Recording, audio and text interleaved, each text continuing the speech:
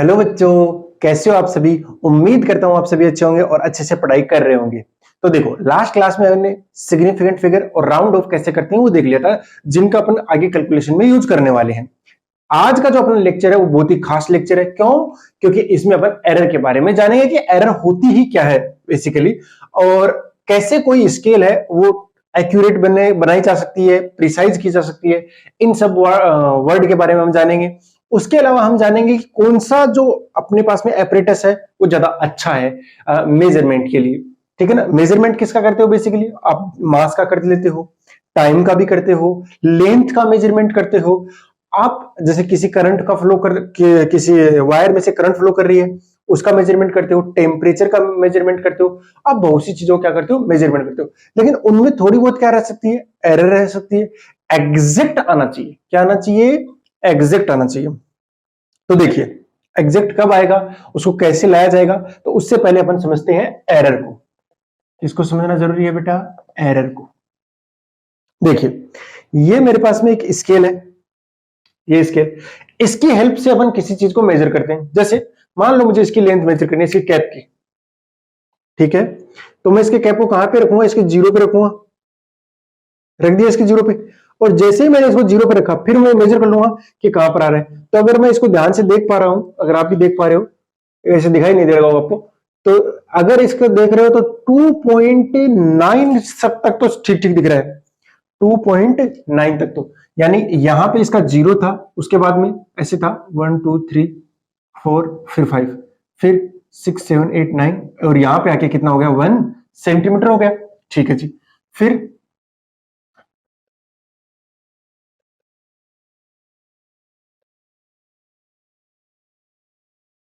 4 और 5, ऐसे यहां पे अगर 3 सेंटीमीटर, ये 2 सेंटीमीटर, 2.9, यानी यहां तक तो इसने ठीक ठीक मेजर कर लिया।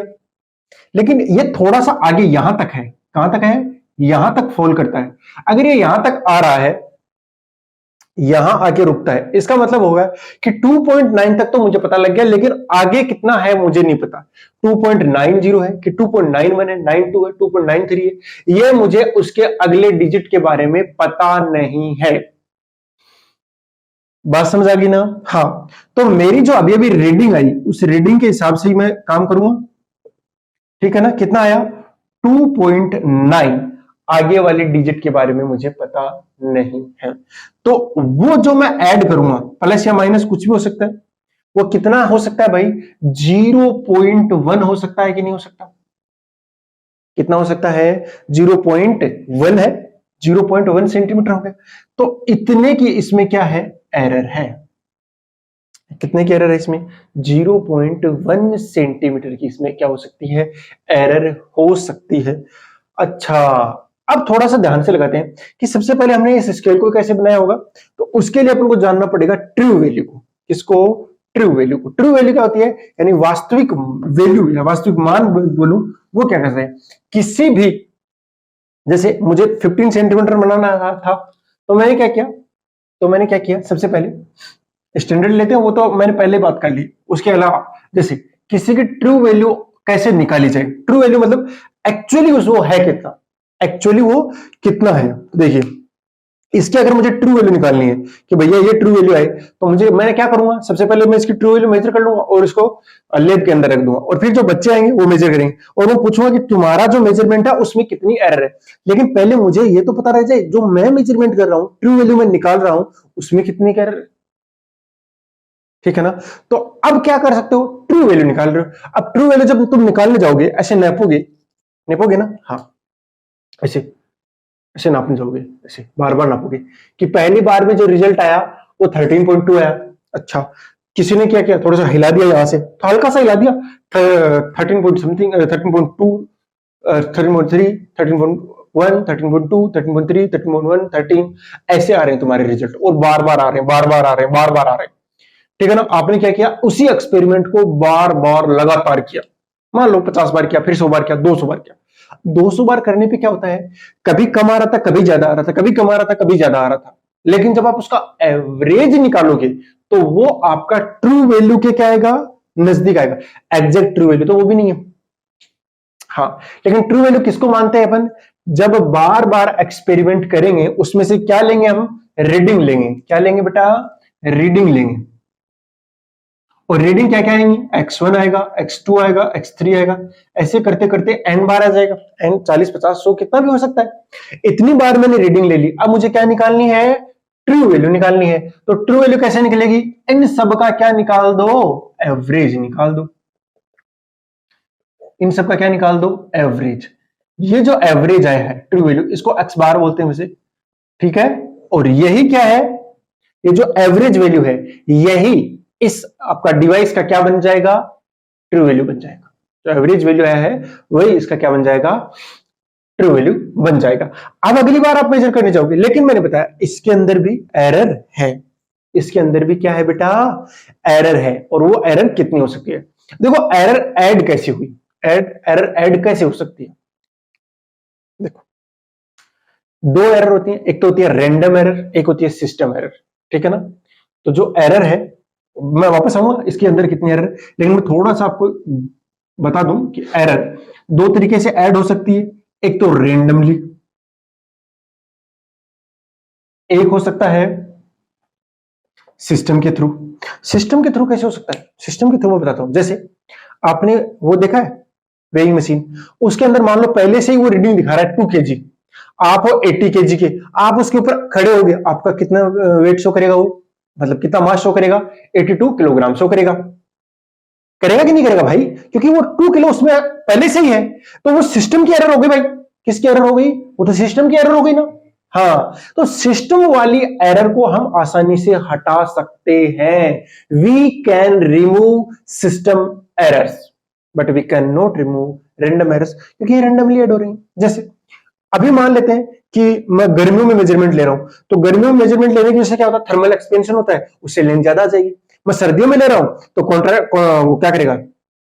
कंप्रेशन होगा, और कंप्रेशन से क्या होगा? रीडिंग कम आएगी।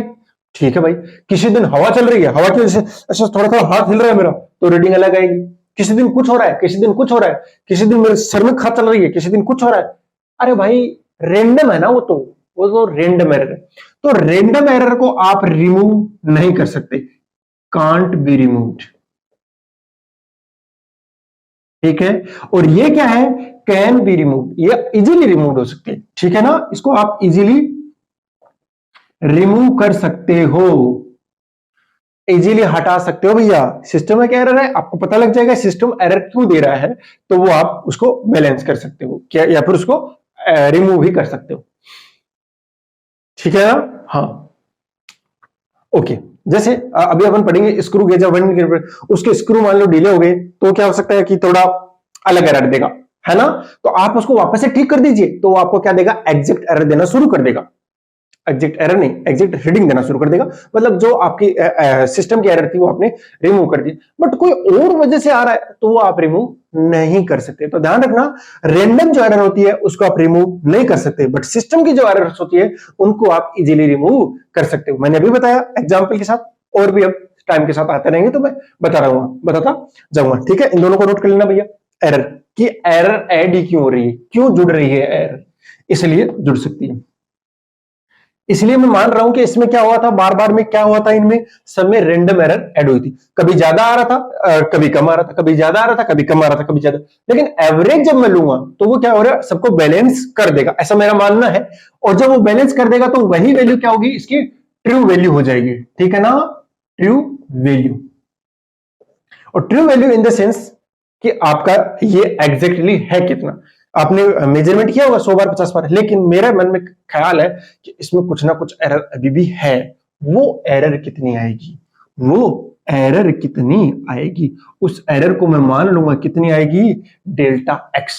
और वो डेल्टा एक्स निकालने का जो तरीका है वो मैथ हमें देता है, और वो होता है स्टैंडर्ड डेविएशन। डेविएशन वैसे उसे हिंदी में बोलते हैं मानक विचलन, कि वो कितना विचलित कर रहा है आपके एवरेज से। क्या बोलेंगे बेटा इसे? स्टैंडर्ड डेविएशन, ठीक है। अब स्टैंडर्ड डेविएशन निकालने का एक फॉर्मूला है। वो क्या फॉर्मूला है? देखो, delta x equal to, delta x क्या लिखा है मैंने? स्टैंडर्ड डेविएशन ही मान लो, जो कि एक तरीके से अपनी क्या है? एरर आने वाली है। ये एग्जैक्ट नहीं होगा ना भाई, कुछ ना कुछ उसमें एरर होगी। तो डेल्टा एक्स इक्वल टू होता है अंडर रूट के अंदर एक फॉर्मूला है, बस आप ध्यान रखेंगे, 1/n। n क्या हो गया, आपने कितने नंबर ऑफ रीडिंग लिए हैं, जैसे आपने 100 लिए हैं कि 50 लिए हैं, तो वो यहां पे आ जाएगा। ओके, फिर आएगा समेशन, ये ऐड करने वाला, वो आएगा फिर i इक्वल टू 1 से लेकर आपका n तक जाएगा। ठीक है, और साथ ही साथ क्या आएगा, आपका आएगा xi माइनस x बार का होल स्क्वायर। ठीक है ना, और ये एक तरीके से कह सकते हो ना, ये x बार क्या है, ये तो एवरेज वैल्यू है, ये ट्रू वैल्यू है। ये xi क्या है, हर बार की रीडिंग है। xi जैसे अभी एग्जांपल करेंगे तो आपको अच्छे समझ में आ जाएगा, लेकिन xy क्या है, जैसे पहली बार की रीडिंग है, उसमें से x बार घटाओ, उसका स्क्वायर करो।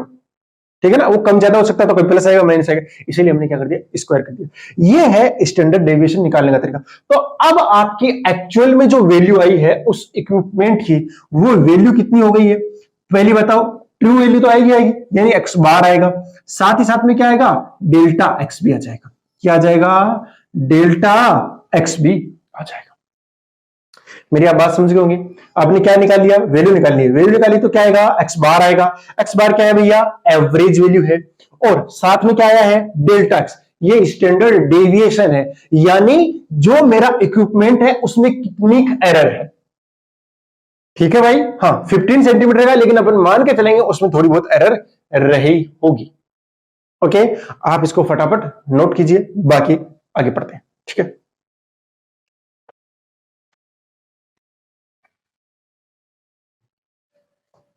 अब इसी पे बेस एक क्वेश्चन लेते हैं।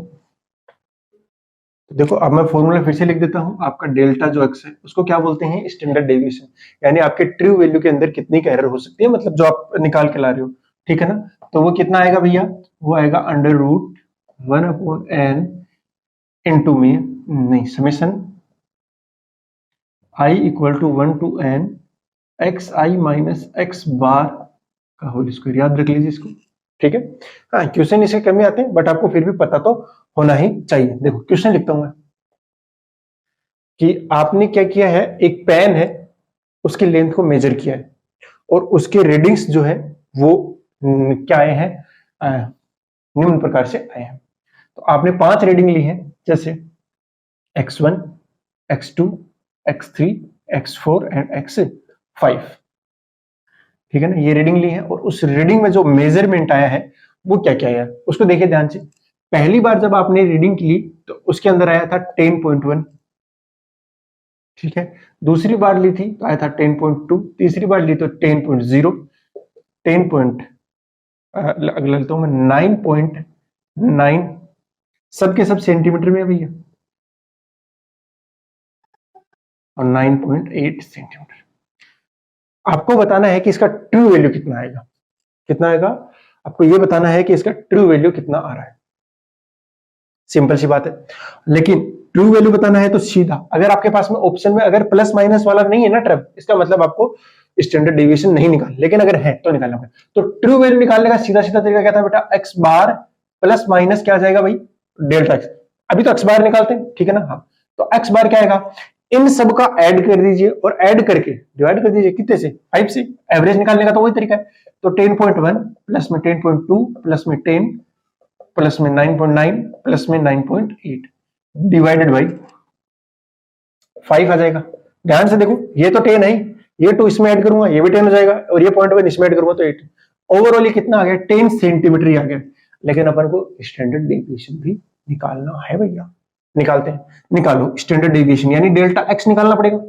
वो क्या आ जाएगा, हो जाएगा 1/n, ये छोटा n लेना था, हाँ तो कितना हो गया, अंडर रूट 1/n। मैं अलग से लिख देता हूं इसके लिए, है ना, थोड़ा यहाँ साइड में जगह रखनी चाहिए थी मुझे, ताकि मेरा कैलकुलेशन हो जाता। कोई नहीं, इतनी जगह से काम चल जाएगा मेरा। ठीक है,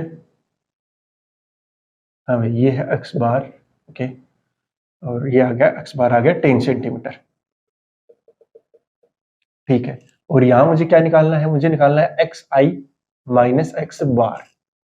ठीक है, तो देखो माइनस करो तो यहां कितना आएगा,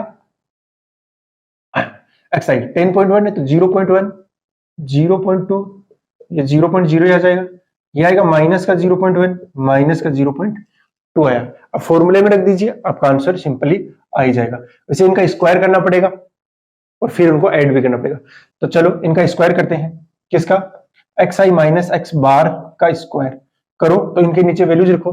तो 0.1 यानी 1/10 होता है, तो कितना हो जाएगा 0.01, और ये कितना होता है 2/10, 0.04, अगला 0.00, उससे अगला 0.01, उससे अगला 0.04। सबको ऐड कर दीजिए, सबको ऐड करोगे तो कितना हो गया 5, और 5 तो नहीं 10 हो गया ना, अरे 8 2 10, 0 1, 0.10 आ गया। कितना आ गया 0.10 आ गया। तो उस फॉर्मूले में रखेंगे अब 1/5, और ये वाली चीज है जो स्क्वायर करके सम किया है, इसका मतलब होता है सम करना, ठीक है ना। अगर सम करने पे कितना है, स्क्वायर वाला पूरा ये कर दिया मैंने, तो ठीक है। तो कितना है 0.10, 0.10, अब कितना लिखते हो 1/10, यस 1/10, और 1/10 कितना हो गया 1/50 हो गया वैसे तो। 5 बाहर आ जाएगा, √2 आ जाएगा, यस आ सकता है ना। इसको लिखोगे 1/10, तो 5 × 2 लिख दोगे, 5 × 5 बनेगा, वो रूट से बाहर आके 5 बन जाएगा और नीचे 2 बनेगा, तो ये आएगा 1/5 √2। अब इसको आप थोड़ा कैलकुलेट कर लीजिए, आपका आंसर आ जाएगा। तो आपका इसके अंदर एरर है कि नहीं है भैया? ये आएगा कितना अभी, क्योंकि √2 है तो कैलकुलेशन थोड़ा मुश्किल हो गया, बट आपका जो वैल्यू आया है एवरेज वैल्यू या ट्रू वैल्यू मैं कहूंगा वो 2 आएगा। एक तो क्या आएगा एक्स बार आएगा, कितना आ गया 10 सेंटीमीटर, और उसमें इतनी एरर अभी भी है भैया। हाँ मतलब मानक विचलन है, इसका मतलब है उसके अंदर इतनी एरर अभी भी हो सकती है। तो निकालो वैल्यू, तो वैल्यू कितनी आ जाएगी, वो आएगी 10 प्लस माइनस 1/5 √2 सेंटीमीटर। ये हमने इसका क्या कर दिया है बेटा, एक तरीके से कैलिब्रेशन कर दिया है ना, कैलिब्रेट कर दिया है कि जब भी अपन स्केल बनाएंगे तो कैलिब्रेशन जरूर लिख देंगे, और उस स्केल के ऊपर लिखेंगे कि इसमें अंदर इतनी एरर जरूर है भैया, ठीक है ना। हाँ ट्रू वैल्यू कितनी है इसकी 10 सेंटीमीटर ही है, बट उसके अंदर भी कितना है थोड़ा बहुत एरर है। अब बेसिकली जो आजकल काम चल रहा है वो यही चल रहा है कि आपको एरर मिनिमम से मिनिमम करनी है। अगर आपको जितना अच्छा इंस्ट्रूमेंट या इक्विपमेंट बनाना है तो उसके लिए आपके उसमें आने वाली जो एरर है वो क्या होनी चाहिए, मिनिमम से मिनिमम होनी चाहिए। बात समझ आई? अभी मैं आपको बताऊंगा कि कितनी एरर अपन एडजस्ट कर सकते हैं, कि हाँ इतनी एरर तक तो चलेगा, उससे बाहर हैंडल नहीं हो रहा हमसे, उससे बाहर हमारा हैंडल नहीं होगा। तो उसके लिए एक चीज आती है, वो आती है परसेंटेज एरर। तो देखो अब जब भी किसी का आप रीडिंग लोगे तो रीडिंग हमेशा कैसे लिखोगे, ऑलवेज रीडिंग कैसे लिखोगे, रीडिंग हमेशा ऐसे लिखोगे जैसे ए की रीडिंग ले रहे हो, किसी की भी ले रहे हो, एक्स की रीडिंग है ना, तो एक्स की रीडिंग कैसे लिखोगे, x plus minus delta x. ये जो चीज लिख रहे हो एरर, ये जरूर लिखनी पड़ेगी। बात समझ आ गई? अब मैं परसेंटेज एरर का फॉर्मूला बता दूं आपको, परसेंटेज एरर निकालनी है, वो परसेंटेज एरर कितनी आएगी, देखो डेल्टा एक्स इतनी की तो एरर आ सकती है, कितने पर, एक्स पर इंटू 100 कर देना, आपकी क्या आ जाएगी परसेंटेज एरर। अगर ये परसेंटेज एरर 5% तक है तब तो ठीक है, ठीक है ना। अगर परसेंट एरर 0 से लेकर 5 तक है, 5% तक है, तब तो ठीक है, तब तो क्या कर सकते हैं अपन, हाँ मतलब इसको अपन एक्सेप्ट कर सकते हैं, रिजल्ट को ले सकते हैं, रिजल्ट को एडजस्ट कर सकते हैं। बट अगर आपकी परसेंटेज एरर ग्रेटर देन 5% है तो हम इसको मेजरमेंट नहीं लेंगे, फिर इसका मेजरमेंट लेंगे ही नहीं। अब इससे एक अलग टाइप का क्वेश्चन पूछा जाता है, अलग टाइप का क्वेश्चन पूछा जाता है। जैसे जैसे आपको एक स्केल दिया गया है ना, क्या दिया गया स्केल, और उस स्केल के अंदर ऐसे लिखा गया है, कैसे कि इसकी रीडिंग है, किसी एक इंस्ट्रूमेंट की रीडिंग है, वो रीडिंग आई है 10 प्लस माइनस 0.1 सेंटीमीटर। बताओ इसमें कितनी परसेंटेज एरर है, इस वाले में कितनी परसेंटेज एरर है। तो परसेंटेज एरर निकाल देता हूं मैं, सिंपल सी बात है। परसेंटेज एरर कितने की है, 0.1 की है ना, कितने पर है 10 पर, इंटू में क्या कर दो 100, 0 से 0 गया, कितने की आ गई 1% की। हाँ ये ठीक है, ये ठीक है, लेकिन ये पूछा इसी स्केल से, इसी स्केल से आप मिनिमम कितना मेजर कर सकते हो, यानी मिनिमम मेजरमेंट लेना है। मिनिमम मेजरमेंट के लिए अपन एरर कितनी कर देंगे, 5%। जैसे ही एरर कर दी मैंने, कितनी भैया, 5%। एरर कितनी कर दी मैंने, 5%। तो वो कितना होना चाहिए, 0.1। अब मिनिमम कितना ले सकते हैं मुझे नहीं पता, मैंने मान लिया कि मैंने जेड लिया है, तो जेड रीडिंग है ना, वो मिनिमम इससे कम लूंगा तो फिर बढ़िया ही नहीं है ना, इंस्ट्रूमेंट बढ़िया ही नहीं है। इनटू 100 करो, तो यहां से निकाल दो जेड कितना आ रहा है भाई, 10 2 सेंटीमीटर।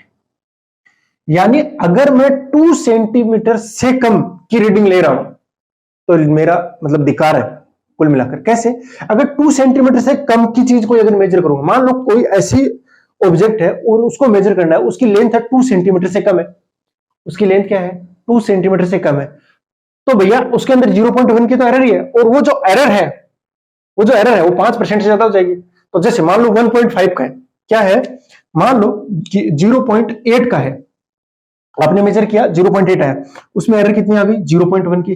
देखो जरा परसेंटेज एरर निकालो, 0.1 0.8 इंटू में 100, ये देख लो जरा, ये तो 1/8 ही हो गया, 8 से डिवाइड करो कितना जगह, 12.5। लो, इतने परसेंट की तो इसमें एरर ही आ गई। अच्छा है क्या, बिल्कुल भी अच्छा नहीं है। ऐसे इंस्ट्रूमेंट को अपन काम में भी नहीं लेंगे जिनकी एरर क्या है, 5% से ज्यादा आ रही है। तो हम क्या करेंगे, जब इस इंस्ट्रूमेंट से मेजर कर रहे हैं, तो हम क्या करेंगे, 2 सेंटीमीटर से कम वाली चीजों को मेजर ही नहीं करेंगे।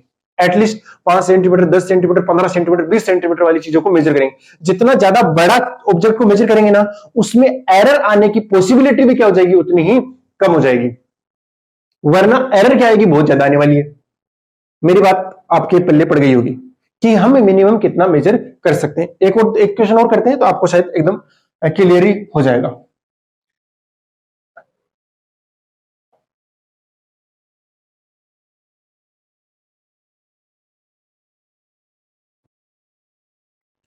जैसे एक स्टॉप वॉच है, ठीक है ना, और उसकी रीडिंग आती है अलग तरीके से, जैसे ऐसे आती है 10 second 10 second plus minus 0.0 second, यानी वो 0.01 सेकेंड की क्या दिखा सकता है, एरर दिखा सकता है। हाँ, अगर इतनी एरर दिखाता तो पहले पूछा गया कि इस वाले रिजल्ट के अंदर क्या ये एक्सेप्टेबल होगा। देखते हैं भैया परसेंटेज एरर कितनी आ रही है, तो परसेंटेज एरर आ रही है 0.01 डिवाइड बाई 10 इंटू में 100, इससे कैंसिल आउट हो गया, ये आ गया 0.1% की एरर है। अरे भैया बहुत कम एरर है, बहुत ही कम एरर है। हाँ, ये इससे अपन इतना मेजर कर सकते हैं, 10 सेकंड, 20 सेकंड, 30 सेकंड, इतना मेजर कर सकते हैं। पूछा गया कि मिनिमम कितना मेजर कर सकते हैं, तो मान लेते हैं मिनिमम कितना आ रहा है, z प्लस माइनस 0.01 की एरर तो रहेगी, तो मिनिमम 5% से ऊपर अलाउ नहीं है, तो 5% कर दीजिए। कई कई कई किताबों में आपको 10% मिल जाएगा, बट आप मान के चलिए 5% से ऊपर अच्छी बात नहीं है। तो 5 इक्वल टू कैसे निकालेंगे, 0.01 डिवाइड बाई जेड इंटू में 100, यहां से जेड की वैल्यू निकालना जरा, ये तो कितना बन गया 1, तो जेड आएगा 1.5 सेकेंड, तो यह आएगा Z bar is equal to 0.02, नहीं 0.2 आ जाएगा, हाँ 0.2 सेकेंड। यानी आप अगर इससे 0.2 सेकंड से कम का मेजरमेंट ले रहे हो, वो अच्छी बात नहीं है। उससे बड़ा लो, 0.5 का, 0.10 का, मतलब 1 सेंटीमीटर, 1 सेकंड का, 5 सेकंड का, 10 मिनट का। अगर 10 मिनट को लोगे तो उसमें तो एरर और भी कम हो जाएगी, समझ रहे हो ना। जैसे 10 मिनट का लिया आपने, 10 मिनट का मतलब कितना हो गया, 600 सेकंड हो गया, और प्लस माइनस 0.01 सेकंड का है। अब इसमें परसेंटेज एरर निकालो, तो जैसे ही परसेंटेज एरर निकालोगे 0.01 डिवाइड बाई 600 इंटू में 100 करना, देखना जरा कितना हो गया, ऊपर वाला तो क्या हो गया 1 डिवाइड बाई 600%, और ये कितना हो गया, अगर ध्यान से देखो तो कितना होता है भाई ये, इसको मैं लिख देता हूं 10/6 इंटू 10⁻³ और 10/6 कितना होता है 1.4 बच गया 40, 1.6, और उसमें भी अब क्या लगाना है पड़ेगा आपको, जीरोस लगाने पड़ेंगे इधर, कितना हो जाएगा 0.00016%, है ना, हाँ 0.0016%, बहुत कम की एरर हो गई भाई, बहुत ही मामूली एरर है। यानी आप जितना बड़ा आप क्या ले रहे हो, मेजरमेंट ले रहे हो, उसके अंदर ये वाली एरर काम में कर सकते हैं। लेकिन अगर आप 0.2 सेकंड से कम का मेजरमेंट करोगे तो उसके लिए ये वाला एपरेटस अच्छा नहीं है, फिर आपको और कोई एपरेटस बनाना पड़ेगा जिसके अंदर इससे भी कम की एरर आ रही हो। बात समझ में आ गई होगी मेरे ख्याल से।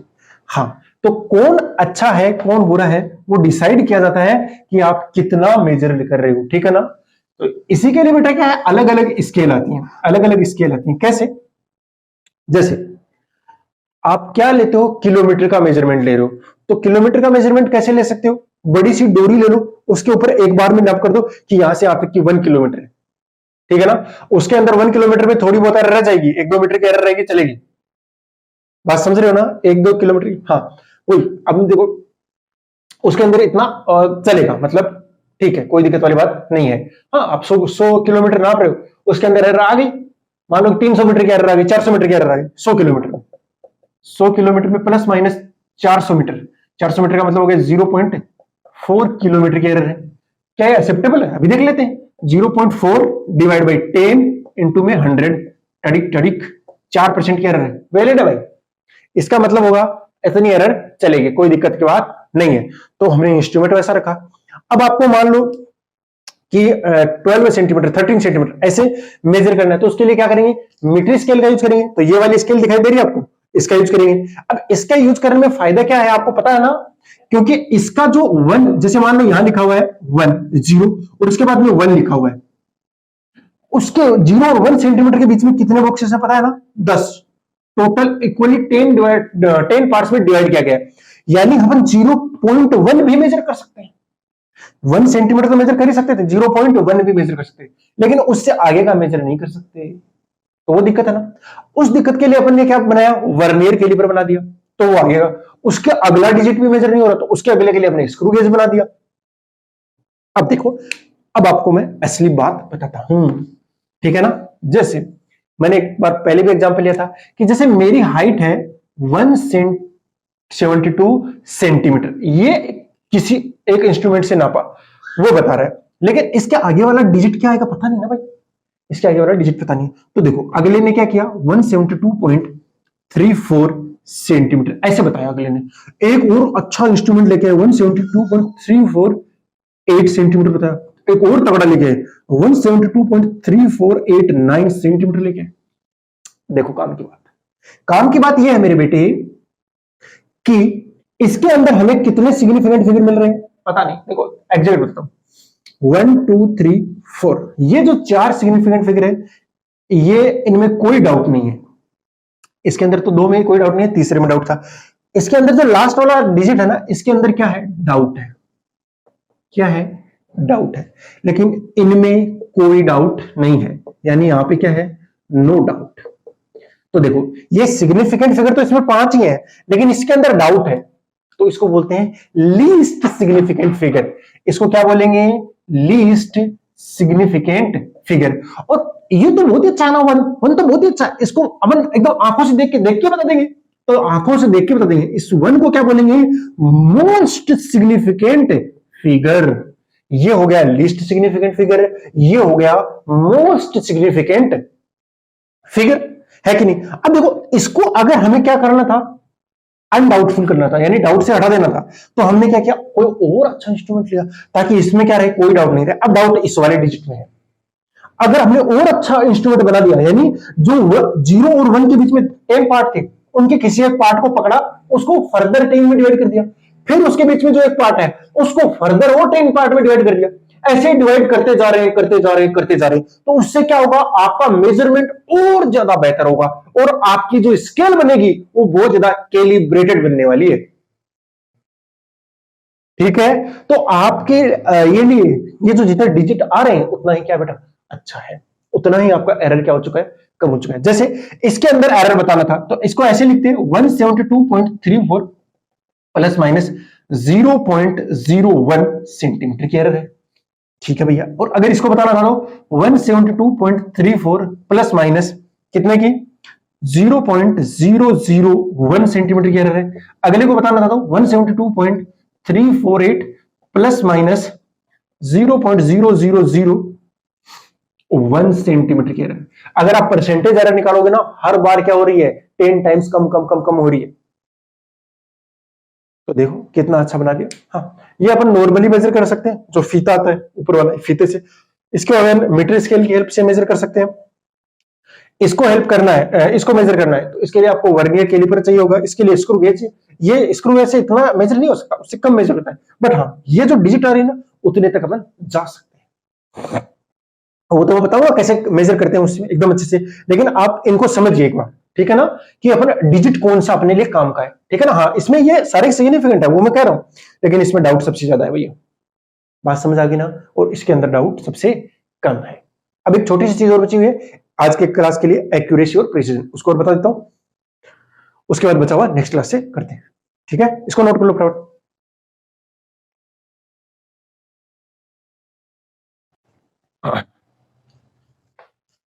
अब देखते हैं एक्यूरेसी एंड प्रिसीजन, ठीक है।